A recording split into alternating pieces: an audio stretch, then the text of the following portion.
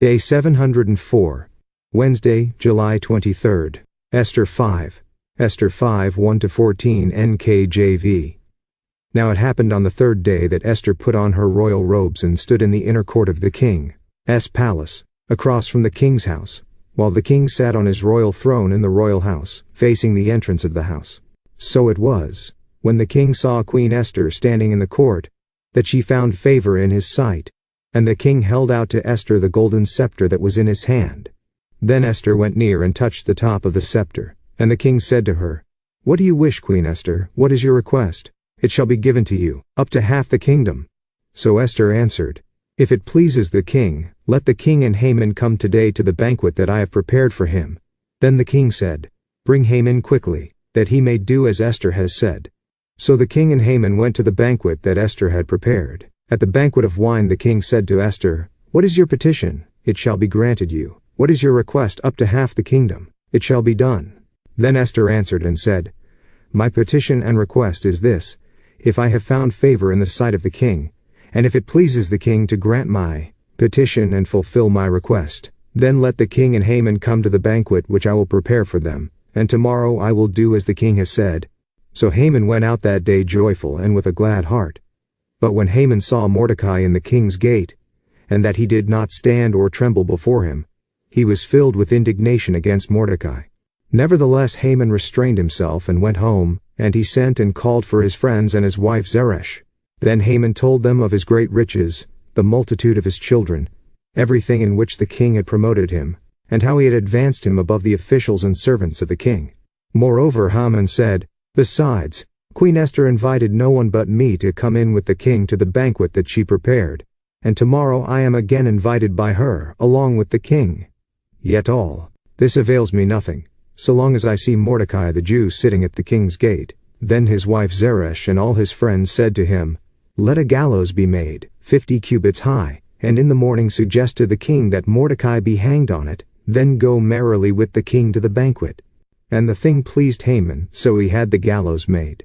Daily Deep Dive. The UCG reading plan states, when Esther goes in to see the king, he is receptive to her. She would not die. Xerxes knows that she must have some important reason for daring to approach him, and he reassures her of his favor, promising her up to half his kingdom. Probably an example of Oriental, i.e., Middle Eastern courtesy that was not intended to be taken too literally. Cf. Mark 6:23. Expositor's Bible Commentary, note on Esther 5:3. Esther's response is not to immediately plead for her people.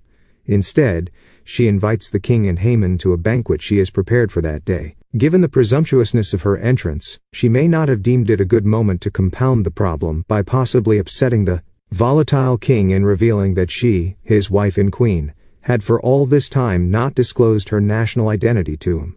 It could also be that she did not want to reveal this matter before all the royal officials who were probably present. But why invite Haman to the banquet? Many suggestions have been made.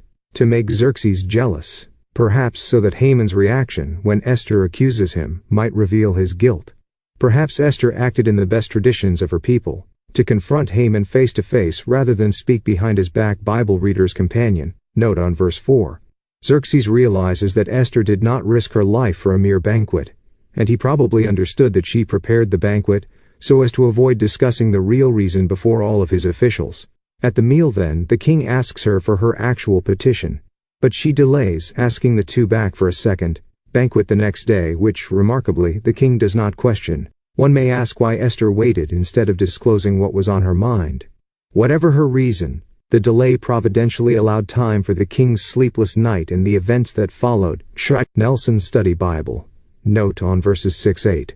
Haman's brief exultation is cut short by Mordecai's disrespect. Verse 9. His vanity caused him such hatred for Mordecai that he could not enjoy how well things seemed to be going for him. Verses 10-13. Of course, in this case things were not going so well as he thought. Haman's boasting only accentuated his later humiliation and fall from favor. Cf. Prov 16:18.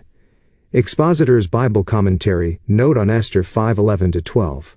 The hanging proposed for Mordecai was, as the Word in Life Bible points out in a note on Esther 2:23, probably not hanging as we know it. The gallows of ancient Persia was not a scaffold but a pole or stake upon which the victim was impaled. Execution by such impalement was a common practice of the Assyrians who killed war captives by forcing their living bodies down onto pointed stakes. The Persians continued this grim means of execution. Thus references to hanging in Esther 5:14, Esther 6:4, Esther 9:14 probably refer to impalement, or possibly crucifixion, and